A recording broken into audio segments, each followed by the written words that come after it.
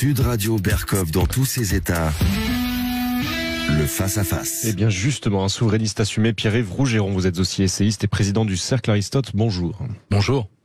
Alors, Pierre-Yves Rougeron, vous êtes président du Cercle Aristote, vous publiez aussi vous êtes éditeur, et chez Jean-Cyril Godefroy notamment.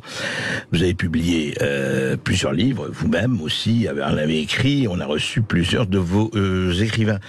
Je voudrais savoir d'abord, comme ça, rapidement, ce que vous a inspiré, les résultats, et en prenant un peu de distance, justement, il ne s'agit pas d'analyser, je ne veux pas vous prendre pour le sondeur, ou le statisticien, ou le commentateur politique, mais avec un peu de recul, quelques heures quand même, qu'est-ce que vous avez ressenti ? À titre personnel, une absence de surprise. C'est-à-dire que nous sommes face à un système politique, Jérôme Fourquet l'a très bien dit, qui est en décomposition, et un système en décomposition n'est plus un système fort, c'est un système lourd. C'est pas tout à fait la même chose. Or aujourd'hui, ce qui caractérise notre système politique, c'est sa lourdeur. D'ailleurs, il a usé de toute sa lourdeur dans l'entre-deux tours. On a eu le droit à tout. Et bien, nous avons pesé la lourdeur du système. Ça pèse 58% des exprimés, 38% des inscrits, avec une abstention de 17 millions de gens. Voilà ce que pèse le système aujourd'hui. Et quand vous dites la lourdeur, ça signifie quoi exactement, cette lourdeur ? La lourdeur dans les deux sens du terme. Rappelez-vous les phrases de Céline. Le problème, c'est qu'ils sont lourds. Eh bien, toutes les cours journalistiques, toutes les cours rebellocrates et autres en sont allés de leur petit champ pendant l'entre-deux tours, et c'est ça la lourdeur. C'est à la fois un poids, comme un poids sur l'estomac, et en même temps, comme disait Maître Vergès, ces psalmodies de gens qui feignent une émotion qu'ils ne ressentent pas, avec des trémolos dans la voix, et qui fatiguent, et qui à la fin essayent d'avoir une partie de l'électorat à la fatigue, c'est-à-dire oui, ça y est, je mets le bon bulletin dans l'urne à une condition, pitié, plus un mot. Voilà, c'est ça la lourdeur. Oui, la lourdeur, mais est-ce que ça ne va pas plus loin, en fait, de cette démocratie, peut-être que l'économiste même, qui n'est pas lourdeur, enfin, en tout cas, c'est un bon journal, quelle démocratie défaillante, c'est-à-dire, vous avez parlé des médias, mais est-ce que la justice, est-ce que ce n'est pas justement l'absence de contre-pouvoir ? On va en parler justement après les informations, avec vous, Pierre-Yves Rougeron, parce que, essayons de voir où en est cet état-là, parce que c'est vrai que c'est très riche d'enseignements, ce qui s'est passé.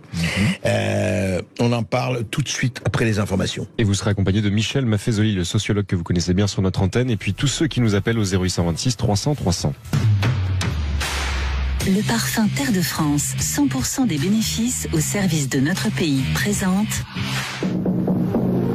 Ici Sud Radio. Les Français parlent au français. Je n'aime pas la blanquette de veau. Je n'aime pas la blanquette de veau. Sud Radio Berkov dans tous ses états. De quoi ces élections sont-elles le nom ? Abstention piège à con, élection piège à con, ou les deux ? On en parle aujourd'hui avec Michel Maffezoli, sociologue et auteur de L'ère des soulèvements et de combien d'autres livres sur les clans. Bonjour Michel Maffezoli. Bonjour, bonjour. Et avec Pierre-Yves Rougeron, essayiste, éditeur et président du Cercle Aristote. Alors on a commencé à en parler avec Pierre-Yves Rougeron, et on a commencé, alors Pierre-Yves Rougeron, vous disiez que ce système était lourd, et si on regarde, enfin encore une fois, on va vous demander à vous deux, et évidemment à vous Michel Maffezoli, d'analyser avec le recul que vous avez, le recul de l'universitaire, du sociologue et de l'interprète des mouvements, de ce qui se passe. Juste, vous disiez quelque chose, Pierre-Yves Rougeron, avant les informations. Au fond, ce qui s'est dégagé de cela, c'est quoi ? C'est une fixette ? Est-ce qu'au fond, c'était une réédition de ce qui s'est passé en 2017, ou bien c'était autre chose ? Alors, il y a une part d'approfondissement de ce qui s'est passé en 2017. Ça se voit très clairement sur les cartes. C'est-à-dire que les zones périurbaines et rurales qui s'opposent, parce que c'est elles qui payent la note, à une partie de la marche du pays qu'elles estiment une marche vers l'abîme, se sont affermies, c'est-à-dire où là Marine Le Pen a amplifié les scores qu'elle avait, et Emmanuel Macron a amplifié son emprise sur des classes sociales et des classes d'âge urbaines, médias dépendantes, qui sont aujourd'hui, disons, le cœur du pouvoir et qui ont été rejoints par une partie non négligeable des hommes de Jean-Luc Mélenchon, décomplexés par le discours qu'il a donné sur son éventuelle accession au poste de Premier ministre très virtuel. Ah, vous pensez que cette gauche mélenchoniste a été décomplexée en disant par le discours totalement.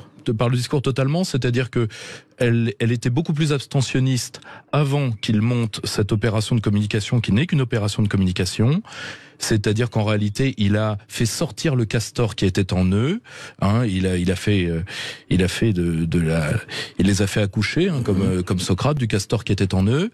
Et à vrai dire, la belle illusion de nous votons pour lui, mais contre lui en même temps, se dissipera aux législatives.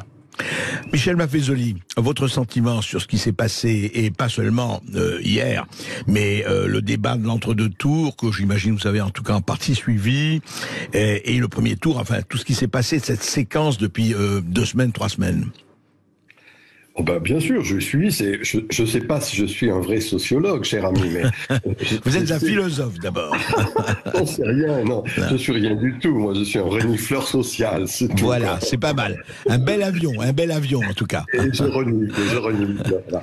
Et depuis quelques jours, là, je suis dans mon petit village natal, et en effet, qui était un village, c'est dans les Cévennes, c'est un village de mineurs, donc c'était un village de cocos, de socialistes, hein, voilà, etc. Oui. Et ils ont voté quoi, pardon, c'est intéressant, Michel Maffezoli. Votre village a voté quoi? J'ai demandé à mes amis qui sont des ouvriers, des retraités, etc., qui avaient voté Mélenchon et qui votaient hier Marine Le Pen. Voilà, pour dire les choses un peu simplement. Non, mais moi, ce qui me paraît étrange, moi, je le regarde avec beaucoup de sourire. Vous savez, on a une idée obsédante dans sa vie. Moi, mon idée obsédante, c'est la fin de l'idéal démocratique. On a assisté dans le premier tour. Hier, ça a été faramineux, cette espèce de théâtralisation amusante, je ne sais plus, au Champ de Mars, etc. C'était la caricature, en quelque sorte, de la théâtrocratie, hein, si je parle comme Platon. Et qu'est-ce que ça veut dire? Quand Platon parle de la théâtrocratie, il dit c'est quand il y a dégénérescence de la démocratie. Ces démocrates ne sont pas démophiles. Il suffit de s'en rendre compte 2 minutes. Et donc, encore une fois, moi, c'est la fin d'une époque, c'est tout. Mais quand vous dites que c'est la fin de l'idéal démocratique, qu'est-ce que vous voulez dire par là? C'était quoi l'idéal démocratique dont on sonnerait le requiem aujourd'hui? Écoutez, l'idéal démocratique a été parfaitement défini par cette grande dame de la pensée qui est Hannah Arendt. J'ai une représentation philosophique, j'arrive à vous convaincre, vous me donnez votre voix, il y a une représentation politique. C'est tout, hein. Représentation philosophique, c'est-à-dire un ensemble d'idées. C'est la raison qui prédomine, hein. Je sollicite votre cerveau, le logos, et puis du coup, vous me donnez votre voix. Là, c'est pas le cas. Là, c'est plus le cas. C'est le pathos, c'est le ventre qui est sollicité. C'est une hystérie électoraliste. Hein. J'ai proposé ces expressions pour l'hystérie hystérus, hein, le ventre qui est sollicité, et pas simplement le cerveau. Et pour moi, d'une manière amusante, je le regrette parce que c'est la fin d'un monde qui est là, mais c'est manifestement la fin de l'époque moderne. Voilà. Ah ouais, d'accord. Il y a quelque chose d'autre qui est en gestation. Ce que dit Pierre-Yves Rougeron, c'est juste, hein, c'est-à-dire, moi je le dirais avec d'autres mots, mais oui, en effet, c'est les bobos citadins, et puis d'un autre côté, j'ose pas dire, le mot ruralité, c'est marginalité. Non, tous ces petits villages, tout ce qui est la France, fondamentalement. Oui. Et je vois dans ma région, c'était 60 pour Marine Le Pen, 40 pour Macron. L'autre, là, oui, Macron, etc. Voilà. Mais il y a eu quelque chose, une fragmentation beaucoup plus intéressante. Oui. Les vieux contre les jeunes. Les vieux, et on dit maintenant les anciens, je sais pas qu'est-ce qu'on dit dans le langage correct. Oui. On dit laissons de côté le langage correct. Voilà. On n'a pas besoin. Moi, je suis un vieux mec, donc j'ai pas peur d'être ce que je suis. Et donc, dans le fond, c'est intéressant de voir que le vote de Macron, c'est un vote de vieux. Et que, il y a des jeunes qui ont voté Macron aussi, Michel Maffezoli. On les a montrés hier en spectacle. Concreto modo, c'était bien moins évident. Ils ont été mélenchonistes, ils ont été Marine Le Pen, où ils se sont abstenus. Moi, depuis une semaine ou 15 jours, je discute avec ces jeunes qui viennent me voir. Et manifestement, ils ne votaient pas. C'est causé, c'est pas la peine de chercher. Alors, c'est cette fragmentation qui est intéressante, c'est-à-dire d'une certaine manière, ce que j'appelle, moi, le peuple de l'ombre. C'est le peuple de l'ombre qui est là et qui va dessiner ce que sera la circulation des élites. C'est-à-dire que, alors vous avez signalé mon livre, l'ère des soulèvements. Oui, après le 3e tour, il y aura un 4e tour. Et c'est ce 4e tour, le sang va couler. Soyons clairs, cher ami. Ah oui, carrément. Ouais. Donc, il vaut mieux se mettre à l'abri. Moi, j'irais me mettre à l'abri, mais disons que, à bien des égards, je pense que dès l'automne, c'est plus la révolution. C'est-à-dire la révolution, c'était l'avant-gardisme, léninisme et stalinisme. Moi, je sais ce qu'il faut penser pour toi. Je tire le peuple, éducation. Là, c'est plus le cas. Là, ça va être des... Oui, là-bas, c'était je tire le peuple et je tire sur le peuple. Voilà, pas de problème. En gros, c'est ça. Quand, la phrase de Victor Hugo est beaucoup plus simple. Le symbole du peuple, c'est le pavé. On marche dessus parce qu'il vous tombe sur la tête. Voilà.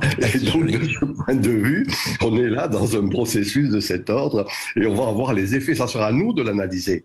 Alors, depuis plusieurs décennies, je donne des éléments sur la faille des élites. C'est vrai. Alors, Pierre-Yves Rougeron, vous êtes aussi, vous pensez comme Michel Maffezoli qu'il va, je veux dire, le sang va couler, mais au sens, les soulèvements sont là. Vous pensez que c'est un processus dans lequel, d'une manière ou d'une autre, on est engagé ? Le président de la République ne peut pas réfréner son propre mépris. Tout simplement parce que c'est ce qu'il y a de plus unitaire et de plus unifiant dans sa caste. Donc, il fera ce qu'il a toujours fait quand il dit... Ce qui est drôle d'ailleurs, cette phrase qui n'a pas été assez soulignée.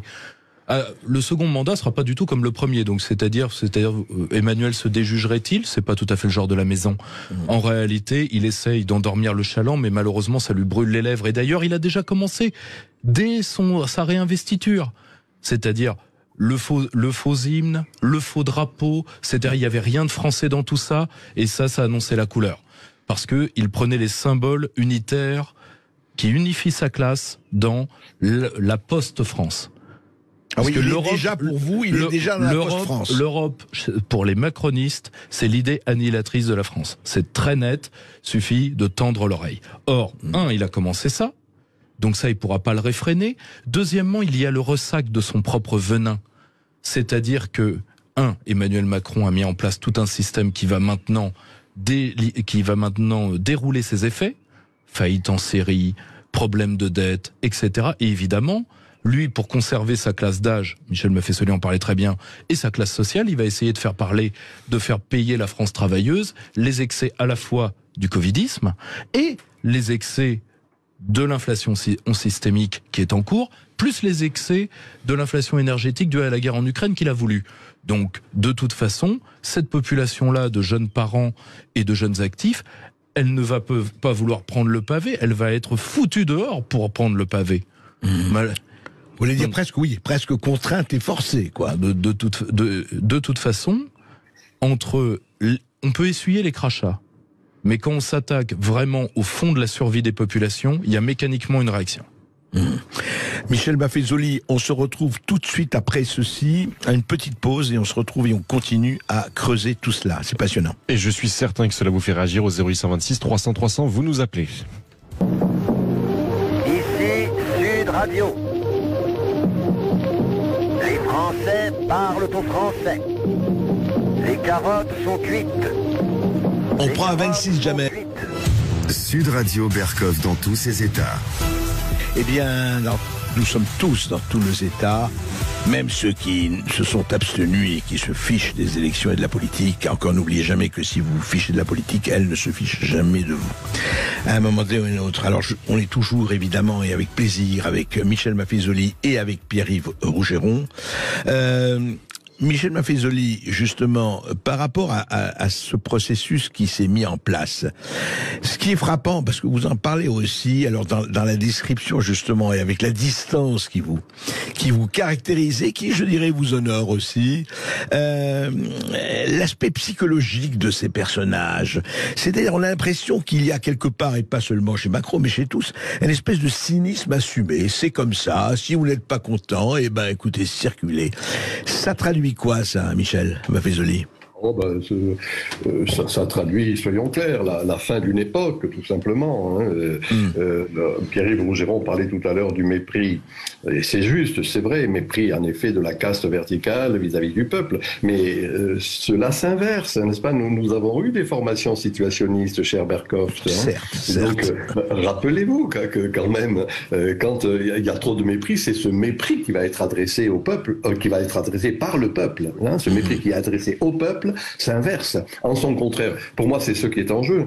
Hein, les Français parlent au français, dites-vous bellement tout au début de vos émissions. C'est ce que j'appelle le peuple de l'ombre.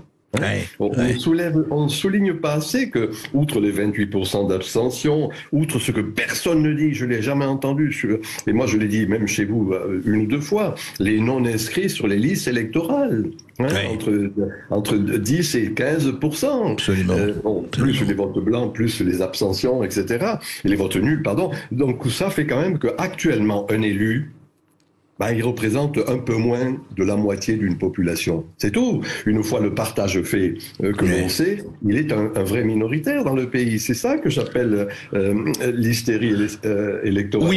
Oui, mais Michel Maffezoli... Macron est de ce point de vue, et c'est ma correction par rapport à ce que disait Rougeron il y a un instant, n'est que la caricature. Hein, la caricature, c'est-à-dire qu'on charge le trait. On charge le trait d'une caste au pouvoir. Et donc, ce qui est en jeu, il faut revenir à Vilfredo Pareto, hein, quand il signalait les fins d'époque, il disait circulation des élites. Eh bien, cette circulation des élites, elle va se faire sur les réseaux, les blogs, les forums de discussion, etc. C'est là le vrai peuple, excusez-moi, c'est ça qui fait que, à un moment donné, la veille du 4, parle pas du 4 août, la veille du 14 juillet, hein, on se demandait ce qui se passait en France. Et puis tout d'un coup, il y a la prise de la Bastille. Et c'est fréquent qu'il y ait des processus de cet ordre quand il y a de la saturation. Excusez-moi. Non, pas du tout. Quand vous dites ça, Michel Maffezoli, c'est-à-dire que le peuple de l'ombre, quelque part, apparaît en pleine lumière. C'est la circulation aussi. Mais que répondez-vous à ceux qui disent oui, d'accord, caricature ou pas? Il dit d'accord, ok, je suis élu par la moitié de la population. Il n'empêche que je suis élu. C'est comme ça que la démocratie marche. Et vous n'allez pas quand même me faire un procès en illégitimité, puisque il y a quand même des millions de gens qui ont voté pour moi et je suis arrivé avant les autres. Donc, que peut-on répondre là? Moi, c'est pas mon métier. Vous avez bien compris, je suis pas un juge. Hein, je suis ni un curé ni un policier. Hein. J'ai toujours dit que ma position intellectuelle, c'était ni judicative ni normative. Hein. Je rigole un tout petit peu, c'est tout. En la matière, tout simplement, j'ai pas à répondre. Je rends attentif à un constat, c'est-à-dire que, je l'ai dit, ça a été ma première expression. Excusez-moi, je vous la redis. C'est la fin d'une époque, c'est la fin de l'idéal démocratique. Platon rappelle dans la République une chose fort simple. C'est celui qui sait gérer sa maison qui peut gérer la maison commune. C'est ça, le politique. Pas la politique, hein, le politique. Voilà. Et donc, de fait, on assiste à la fin de la politique politicienne. Et ce peuple de l'ombre, si on reprend cette expression qui vaut ce qu'elle vaut, hein, va mettre l'accent sur le fait qu'on a envie d'avoir des gens qui savent gérer la maison, hein, la vie quotidienne. C'est mon dada, la vie quotidienne. Et bien d'autres avant moi. Voilà, donc, de ce point de vue, il y a une telle déconnexion et que cela va engendrer, à mon sens, une circulation assez rapide de ces élites. Alors, on va la suivre, cette circulation, mais quand même, Pierre-Yves Rougeron, pensez-vous aussi que est-ce que les gens attendent de quelqu'un qui gère la vie quotidienne ou il n'y a-t-il pas autre chose qui doit arriver? Ce qui est arrivé, alors vous allez me dire que c'est sur d'autres époques, mais enfin, je dirais un dessein, un dessin avec Yann, bien sûr, un projet collectif, un souffle, je parle même pas du panache. Est-ce qu'il ne faut pas aussi autre chose? On a l'impression que les deux ne s'opposent pas, ne peuvent pas s'opposer. En réalité, je pense qu'on vit une grande erreur, une grande illusion d'optique, qui est l'illusion de la représentativité. C'est-à-dire qu'on essaye de tout régler par la gouvernance représentative et inclusive, pour parler comme le système. C'est-à-dire, il n'y a pas assez de femmes, je vais mettre des femmes, il n'y a pas assez de noirs, je vais mettre des noirs, il n'y a pas assez de prolos, je vais prendre un ou deux prolos, je vais bien en trouver, et ils me devront tout. Et la logique du macronisme, c'est ça, vous n'oubliez jamais la main qui vous nourrit. Or, et tout l'Occident, et vous en parliez tout à l'heure dans le cas canadien, tout l'Occident est là-dedans. Or, les populations, elles attendent deux choses. Elles attendent une effectivité de la décision publique. C'est l'aspect de la quotidienneté. C'est-à-dire, qu'est-ce que dans nos vies, ça change? On sait ce que vous nous coûtez. Ça, en espace mental, financièrement, on sait ce que vous nous coûtez. Mais l'effectivité de la décision publique, on ne la voit pas. Comme disait Philippe Séguin, ce sont des détaillants qui ont comme grossistes l'Europe, tous. Bon, point. Et point 2, ce que une partie des populations, je pense, attend, c'est qu'on les réinstalle dans un récit. Aujourd'hui, ce qui est vraiment extraordinaire, c'est que la France peut, et ça, c'est à tous les étages, la France peut se donner le privilège de nier des parties entières de sa population, des parties entières même de son intelligentsia, des parties entières de gens qui créent de la richesse. Là, je vous donne l'exemple type. Là, Macron va être élu par une majorité inactive et qui va donner des leçons à la majorité des braves gens qui, eux, bossent dans leur quotidien et qui assument le principe de réalité du pays. Et on trouve normal ce système-là. Donc, moi, si vous voulez, je pense que s'il y a une telle ambiance d'affrontement latent, générationnel, délétère, d'affrontement générationnel et d'affrontement social, c'est parce que on fait ces deux erreurs-là. On nie l'effectivité de la décision publique, c'est-à-dire quand on est face à un problème, on en parle. On est dans un grand sketch de Raymond DeVos. C'est-à-dire Macron parle de tout. D'ailleurs, macroner devient pour certains un verbe, c'est-à-dire parler sans agir. En Ukraine, c'est né, oui, donc, le verbe macroner. Oui. C'est-à-dire ce sont des gens qui pensent qu'on habite la réalité uniquement par le discours. C'est très mignon en période de paix. On va voir combien ça vaut par temps de tempête. Et dernier point, le fait de pouvoir nier même mentalement, c'est-à-dire que Macron, vous le disiez très bien à un moment, il assume ce que tous les autres faisaient sans l'assumer, c'est-à-dire de dire à plus des 2/3 du corps électoral, ce que vous vivez n'existe pas, et je m'en fiche. Oui, et c'est d'ailleurs pour ça que les autres l'acclament, parce qu'il y a enfin quelqu'un qui les humilie. Ça va mal finir. Alors on verra si c'est du masochisme ou si c'est de la lucidité. On la reparle tout de suite après ceci avec Michel Maffezoli, avec Pierre-Yves Rougeron et avec vous, auditeurs de Sud Radio. Et d'ici 2 minutes, vous commencez à prendre la parole au 0826 300 300. Le parfum Terre de France, 100% des bénéfices au service de notre pays, présente. Ici Sud Radio. Les Français parlent au français. Je n'aime pas la blanquette de veau. Je n'aime pas la blanquette de veau. Sud Radio Bercoff dans tous ses états. Et nous sommes avec Thomas qui nous appelle de Seine-Maritime. Bonjour Thomas. Bonjour. On vous écoute. Bonjour Thomas. Bonjour Monsieur Bercoff. Bonjour Monsieur Maffezoli. Je ne sais pas s'il est encore à l'antenne. Il est là, il est avec nous, Michel Maffezoli, et Pierre-Yves Rougeron aussi. Voilà. Merci de me donner la parole. Je vous en prie. Du coup, oui, donc c'est par rapport aux résultats de la présidentielle.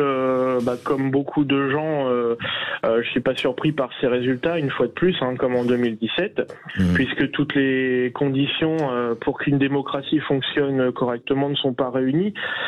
À savoir qu'on a déjà une désinformation auprès de la population, et c'est vrai que c'est ce que disait Condorcet, la démocratie oui, mais à la condition qu'on ait un peuple instruit et éclairé.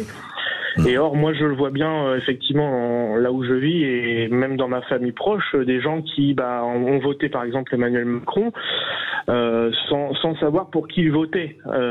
Si j'ai posé la question, par exemple, à mon propre père, il m'a dit, Emmanuel Macron, j'ai dit, ça te dérange pas pendant 5 ans encore de revoir la même chose, et il m'a dit, non, mais il a changé, il a l'intention de mener son quinquennat autrement, et donc voilà, pour moi, c'est quelqu'un qui n'a pas conscience de ce qu'il fait quand il vote, et on le voit bien encore hier, quand Emmanuel Macron a eu ses résultats, il est descendu le Champ de Mars avec Brigitte habillée en Louis Vuitton, avec sur fond d'hymne européen. C'est clairement, on voit bien qu'il n'est pas dans l'intention de changer quoi que ce soit. C'est la même politique qui va continuer encore pendant 5 ans. Et ça pose un problème au niveau de la démocratie, puisque au niveau, c'est vrai qu'au niveau du citoyen, on n'est pas préparé non plus à ça. Quand on est enfant, on est censé devenir les adultes de demain. Et moi, je me souviens que à l'école, par exemple, à l'école, on nous formait pas à tout ça, à la politique, on nous apprenait pas à la politique, les professeurs n'avaient pas le droit d'en parler. À la maison, on n'avait pas le droit de parler de politique parce que c'était un sujet tabou et ça, c'était sujet à des engueulades. Et donc finalement, c'est vraiment qu'en sortant du cursus scolaire, si on fait pas cet effort de se cultiver, de s'instruire soi-même, on n'a pas les armes intellectuelles pour se défendre et c'est malheureux, quoi. Alors justement, merci de ce témoignage. Michel Maffezoli, le professeur que vous êtes, alors évidemment vous n'êtes pas professeur des classes primaires ni du collège, mais quand même, est-ce que la démocratie, enfin l'idéal démocratique, même s'il est en phase terminale et en soins palliatifs, est-ce qu'on ne pourrait pas faire un effort du côté de l'éducation? Est-ce qu'il n'y a pas quelque chose à faire là-dessus? Michel Maffezoli. Éducation, je crois que l'éducation est foutue actuellement. La pédagogie a fait son temps. Il y a quelque chose d'autre qui est en jeu. Quand il s'agit de transmettre, c'est l'initiation. L'éducation tire, l'initiation fait ressortir le trésor qui est là. Ce qui est le propre de ces classes au pouvoir encore, c'est qu'ils restent dans une fonction d'éducation. Le peuple est un peu débile, je vais le tirer. Alors que moi, ce qui me paraît beaucoup plus intéressant, c'est d'avoir une procédure initiatique, c'est-à-dire faire ressortir la sagesse populaire, qui va remplacer cet idéal démocratique, qui va mettre l'accent sur ce qu'est le vrai politique, c'est-à-dire, je disais tout à l'heure, la gestion de la cité, le plus proche. On n'a pas de mot en français, c'est l'école de Palo Alto qui nous parle de la proxémie. La proxémie, c'est dans le fond quelque chose qui fait que c'est la commune, c'est la cité, c'est la région, etc. Voilà. Donc, moi, en écoutant votre interlocuteur, oui, je disais que, alors bien sûr, gardons ce mot éducation si vous le désirez, mais en tout cas, il faut donner des éléments de pensée. Voilà.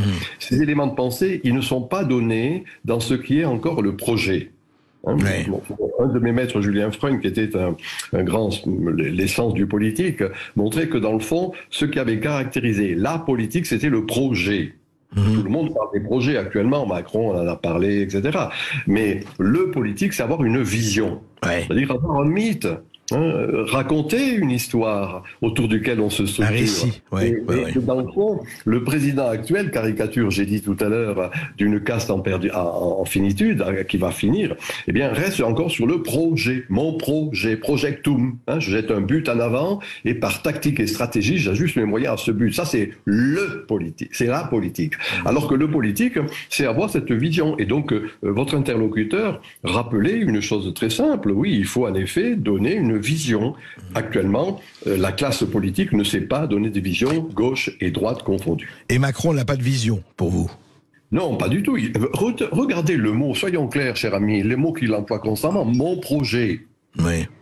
Et ce mot projet est un mot désuet. Le problème, c'est que j'ai dit tout à l'heure, c'est qu'une caricature, Macron est le représentant d'une arrière-garde. L'arrière-garde, là encore une fois, faisons de la polémologie. Quand une armée sait qu'elle a perdu, elle tue. Le sang coule. Et donc, en la matière, il est le prototype de cette arrière-garde, c'est-à-dire celui du projet, celui qui sait à la place des autres ce qui est bon pour les autres, etc. Et ça ne va plus marcher, ça ne marche plus. Le camp du bien. Voilà, c'est le camp du bien, c'est le moralisme, la moraline, dirait Nietzsche, etc. Mais on a des camps, et c'est ceux qui dominent. Excusez-moi de vous dire encore une méchanceté, cher ami. Mais allez-y, je vous en prie. J'estime beaucoup sur radio, bien sûr. Mais souvenez-vous de Hegel, il disait, 19e, hein, la lecture du journal, c'est la prière de l'homme moderne. Bon, quelques décennies plus tard, Nietzsche disait vomitus matutinus. Encore 1882. Encore un siècle de journalisme et les mots purons. Voilà. J'allais le citer. Enfin, dans les commentaires que j'entends depuis ce matin, c'est des mots qui puent, ils comprennent rien. Oui, ça y est. Ça se révèle que les mots sentent déjà, ça c'est vrai. Pierre-Yves Rougeron, pour avancer justement dans cette discussion avec vous deux et les auditeurs, prenons peut-être un nouvel auditeur. Oui, absolument. Nous sommes avec Pierre qui nous appelle de l'Ain. Bonjour Pierre. Pierre, bonjour. Bonjour André, bonjour Michel, bonjour Pierre-Yves. Très heureux d'être là. Alors il y a quelques semaines, on discutait déjà sur votre antenne, André, suite à ma réflexion élection piège à con. Au final, ce que j'avais prédit est arrivé. J'en suis pas très fier et très heureux. Hein. Ouais, je comprends. Mais bon, c'est comme ça. J'avais fait l'analyse du système politique depuis longtemps et on se retrouve toujours dans le même schéma. Enfin voilà, moi je dis qu'il faut se réjouir de ce qui vient de se passer, du résultat de l'élection.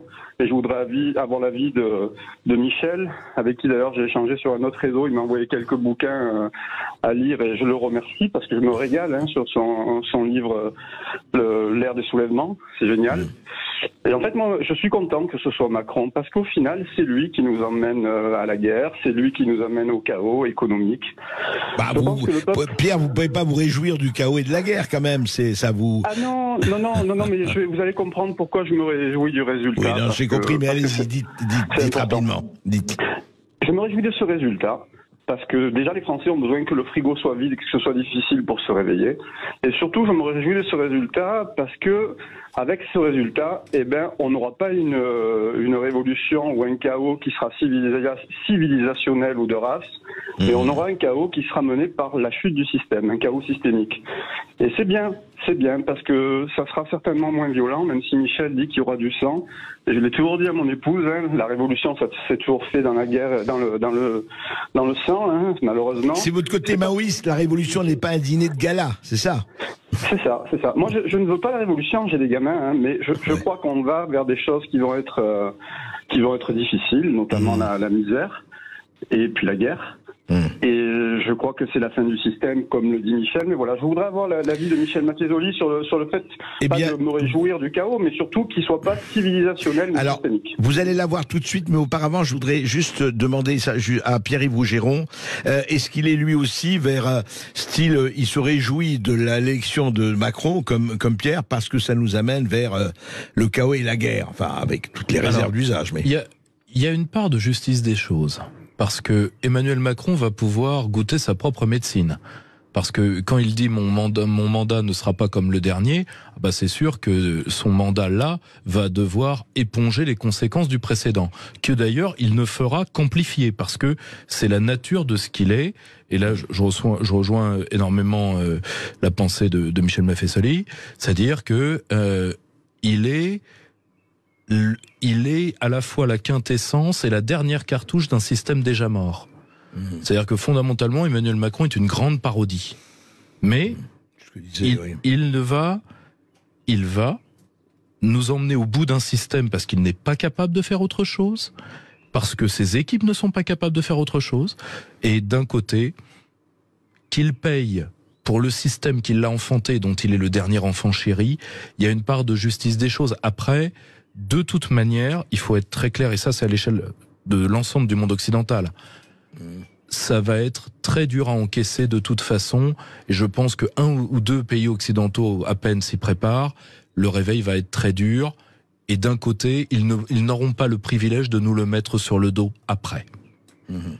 Michel Maffesoli, justement, la question de Pierre. Alors on y va, adieu que la guerre est jolie, on y va, et Macron nous amène dans sa traversée, je ne dirais pas le Titanic, mais enfin quand même, Titanic cherche iceberg, c'est un peu ça? Écoutez, cher ami, moi j'ai toujours dit à l'encontre du catastrophisme et de la collapsologie ambiante que la fin d'un monde n'est pas la fin du monde. Ouais.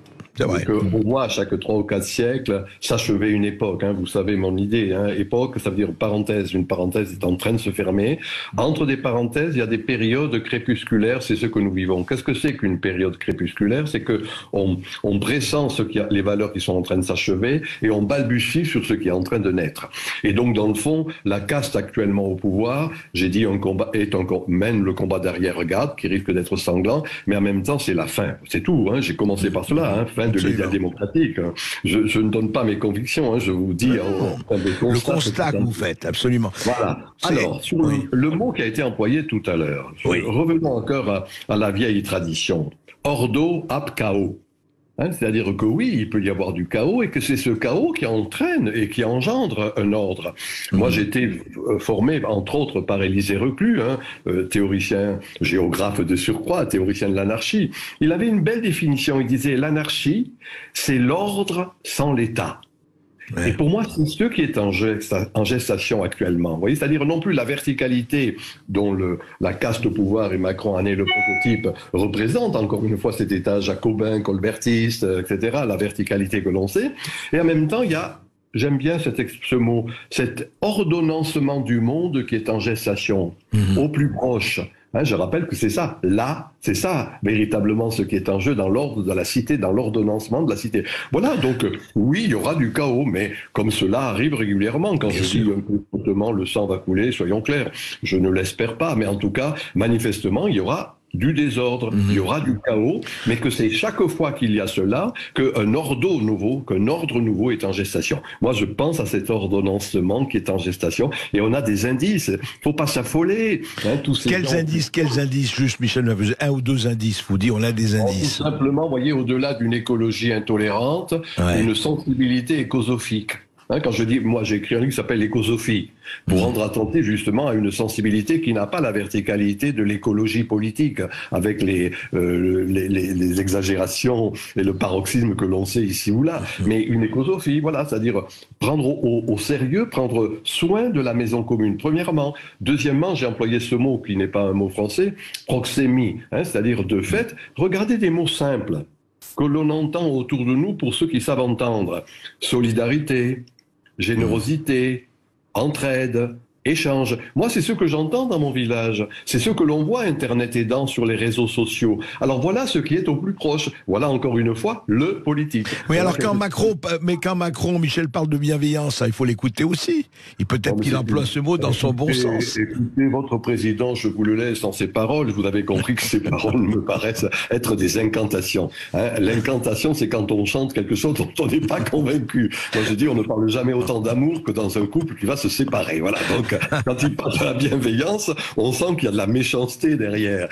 Qu'il y a tout simplement le fait qu'il va imposer quelque chose par an, en quelque sorte. Donc, moi, je le décrypte comme étant tout simplement le contraire de ce qu'il dit. Voilà. Je comprends bien.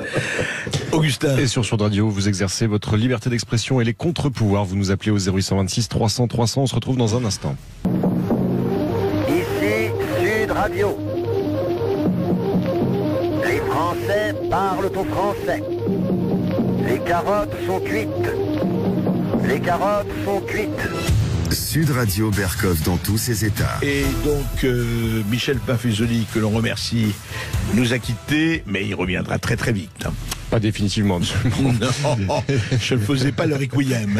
Pas question. Notre cher Olivier qui nous appelle du Val-de-Marne. Bonjour Olivier. Bonjour Olivier. Bonjour à monsieur Rougeron, bonjour à monsieur l'apothicaire André Berkov qui va nous fournir nos cachets d'aspirine pendant 5 ans. Parce que mais je veux dire, je suis pas encore remboursé par la sécurité sociale, je suis fou de rage. Non, mais je suis d'accord, mais je partage tout ce que vous avez dit. Et votre précédent invité, le premier invité que vous avez sur l'énergie, a raison sur un point, les $150 du baril de pétrole, on risque d'avoir une nouvelle révolution des Gilets jaunes à la puissance 1000 parce que ces gens-là, la France périphérique, électrique sont les mêmes qui ont protesté contre Macron, et ce sont ceux qui n'ont ni transport en commun, ni la possibilité de renouveler leur chaudière au fioul, ni la possibilité d'avoir des voitures électriques, parce que c'est une pollution monumentale, ces voitures électriques, mais parce qu'on peut pas aussi mettre des bornes électriques à tous les coins de rue. Donc Macron, j'ai vu l'avis d'un ancien du RN qui manifestait contre le pass sanitaire, vous savez de qui je parle? Oui. Et qui expliquait, on espère ne pas avoir Macron pendant les 5 ans qui soit viré du pouvoir par une révolution, une destitution, je ne sais pas, peut-être pas par les pouvoirs, les arcanes de la 5e République, mais par une poussée tellement du peuple qui en a marre. Il y aura des problèmes avec la crise actuelle ukrainienne. Il va y avoir que des problèmes qu'on va se les prendre le retour de boomerang. Mais ce qui va se passer, c'est que où le peuple se révolte de manière extrêmement sévère contre Macron et pousse l'armée. On peut rêver, hein, je dis bien, on peut rêver, mais on pousse certaines personnes de l'armée à prendre des décisions pour sauver ce pays, parce que moi je dis toujours à des gens, je leur dis, vous savez l'histoire du verre d'eau et du cachet d'aspirine. Le verre d'eau c'est Macron et l'Europe, et le cachet d'aspirine c'est la France. Vous savez ce que ça donne, un cachet d'aspirine dans l'eau, ça se dissout. C'est ce que veut Macron, il veut annihiler la France. Et ce qu'il a raison de dire monsieur Rougeron, c'est tout à fait ce point de vue. Donc moi j'ai une migraine monumentale, et j'en reprends encore pour 5 ans. J'espère peut-être pas 5 ans, j'aimerais bien qu'on dégage au bout d'1 an et demi Macron, si on peut y arriver. Bon, écoutez, je ne sais pas si le coup d'État serait une bonne chose. Ça me paraît pas peut-être la meilleure des solutions. En tout cas, on verra ça. Ce n'est pas nous qui allons décider, et on verra ce qui se passe. Mais alors, Pierre-Yves Rougeron, justement, il y a des gens, effectivement, comme notre auditeur qui effectivement, qui dit voilà, j'en peux plus, d'autres qui attendent. Comment ça peut se développer tout cela? Et beaucoup, vous avez vu hier soir encore, disaient oui, très bien, mais attendez, tout va se décider les 12 et 19 juin pour les législatives. Non, ça, tout le monde s'est lancé dans la campagne des législatives. Voilà la manière dont, à titre modeste, je la vois. Soit il y a des alliances et qui permettent de faire, disons, un gentleman agreement sur tout sauf Macron, c'est-à-dire d'éliminer ces hommes circo par circo, pour une raison qui est assez simple. Nous avons une division du corps électoral en 3 dans les très grandes lignes, nationaux, sociaux et, disons, et oligarques. 3, oui, pour faire un peu caricatural, mais... Pour faire dans les très grandes lignes, à grands traits, eh bien, le souci, ça va être d'éliminer circo à circo. Or, il faut bien comprendre que Jean-Luc Mélenchon, par exemple, lui a lancé sa campagne législative pour s'excuser d'avoir appuyé Macron, car c'est lui qui a fait basculer, en le décomplexant, le Midi Rouge, qui a fait en partie élire Macron. Le problème, c'est que Jean-Luc Mélenchon connaît très bien la 5e République, donc je pense qu'il est insincère vis-à-vis de son électorat, et je le regrette de la part d'un homme de cette qualité. Il sait très bien que on n'est pas élu Premier ministre. Alors il est vrai que le Premier ministre doit être responsable devant un groupe parlementaire, il n'aura pas le groupe parlementaire majoritaire. Il est parti en disant, mais le Premier ministre dirige et conduit la politique du gouvernement. Oui, tout à fait. Le problème, c'est que pour ça, avoir appelé à voter pour le président en exercice, c'est pas la meilleure solution. En réalité, Jean-Luc Mélenchon, et ça c'est normal parce que toute cette campagne, il a en fait rejoué le gauchiste qu'il était il y a 25 ans, 30 ans. Il nous refait une Jospin, c'est-à-dire qu'il pense qu'il est face à la dissolution Villepin. Le problème, c'est que pour jouer la gauche plurielle, il faut que la gauche existe encore. Or, la gauche aujourd'hui, c'est Mélenchon tout seul, et les poussières d'empire, les Olivier Faure, les Anne Hidalgo et les Yannick Jadot sont des macronistes. Ils régneront pas avec lui. Et d'ailleurs, Monsieur Jadot va enfin trouver son CDD, vu qu'a priori, il négocie sa place en ce moment. Donc, Jean-Luc Mélenchon fait une terrible erreur, ce qui est dommage pour un homme de cette qualité. Il se gourre juste d'une petite vingtaine d'années. Mais alors, quid des législatives? Alors, quid des législatives? Non, c'est pas joué parce que ça va être une multiplication de triangulaires. La seule chose, c'est que si la France Insoumise joue au même jeu, c'est-à-dire de se désister toujours pour les macroniens, c'est eux qui leur donneront le groupe majoritaire. Ensuite, il y a la possibilité pour le camp national de s'annihiler tout seul, c'est-à-dire de ne pas jouer les unions territoriales, ce que, par exemple, des gens comme Nicolas Dupont-Aignan ou Florian Philippon ont mis sur la table il y a déjà près de 2 ans, et de ne pas faire ça, de jouer à, à la course dans les coursives, c'est-à-dire malheureusement certains cadres du Rassemblement national a priori sont portés sur la chose, c'est-à-dire peu importe le résultat des législatives du moment qu'on écrase Reconquête. Ah ouais, et c'est d'ailleurs pour pallier ça que Zemmour a appelé à s'unir avec les déçus des Républicains et les Bardella a refusé jusqu'à présent. Tout à fait normal, parce que le Front va, à mon avis, s'engager dans la chasse à Reconquête, et malheureusement ça fera encore une élection pour rien si ça continue comme ça. En Corrèze, tout de suite avec Charles qui nous appelle. Bonjour Charles. Bonjour Charles. Oui, bonjour André, bonjour à tous ceux qui restent. J'apprécie beaucoup vos invités, et André, continuez s'il vous plaît, parce que si vous me quittez, il n'y a plus personne. Alors, merci. Je serai là, Charles. Ouais. Merci. Je suis assez d'accord avec tout ce qui s'est dit en gros. Juste, je voudrais apporter une petite précision. Quand on dit il va y avoir, ça va mal se passer, il va y avoir du sang sur le tapis. Enfin, moi, j'y crois pas du tout à ça. Je crois peut-être qu'il va y avoir beaucoup de mouvements. Il y aura un peu de violence qu'on mettra sur le dos, que ce soit eux ou pas des extrémistes de gauche ou de droite, peu importe. On va les calmer à coups de balles, de gaz, et puis ça va rester comme ça. On ne fait pas une révolution le ventre plein, c'est bien connu. Et les Français ont le ventre plein, qu'on le veuille ou non. Alors, ce qu'on pourrait faire, c'est des manifestations immenses, sans violence, comme dans les années quand on manifestait qu'il y avait 1 million de personnes dans les rues de Paris, 1,5 million. Là, vous vous rappelez, Savary, tout ça. Bon, là, l'école libre, ça a de l'effet. Ça a de l'effet. Là, le gouvernement, il s'abaisse et puis il donne tout ce qu'on veut. Et sinon, on obtient tout, soit par la violence, soit par le nombre. Voilà, le nombre pacifique ou l'ultra-violence, mais ça se voit plus. À l'époque, il y avait les dockers à Marseille, on leur donnait tout. Les dockers, ils descendaient, ils cassaient tout. Les flics, ils partaient en slip, ils donnaient tout. Les routiers, c'est pareil. Si les routiers se mettent au milieu, ils leur donnent tout aux routiers. Mais vous savez pourquoi? Parce que, attention, les routiers, ils peuvent bloquer un pays. Les syndicats, ils peuvent bloquer les transports, etc., comme les autres. Là, même des manifestations monstres, évidemment. Je sais, vous parlez, par exemple, de la manif pour tous ou de l'école libre, certes. Mais est-ce que ça, c'est encore possible? On va poser la question à Pierre-Yves Rougeron. Ça serait encore possible, attendez, ça serait encore possible si on aurait des vrais syndicats. Moi, les syndicats, je suis ni trop avec eux, ni trop contre eux. C'est les syndicats, il en faut. Mais ils sont trop peu nombreux. Vous les avez entendus avec ces histoires de vaccins, les syndicats, franchement? Non, mais est-ce que vous les avez entendus? On est resté cloîtrés à la maison pendant un mois. Vous les avez entendus, les syndicats? Où ils étaient? C'est clair. Mais justement, c'est toute la question qui posait Pierre-Yves Rougeron, justement. Quelles sont les forces en présence par rapport à ça? Qu'est-ce qui peut faire levier? Qu'est-ce qui peut peser? Alors, le problème, c'est qu'on a dévitalisé toutes les structures intermédiaires.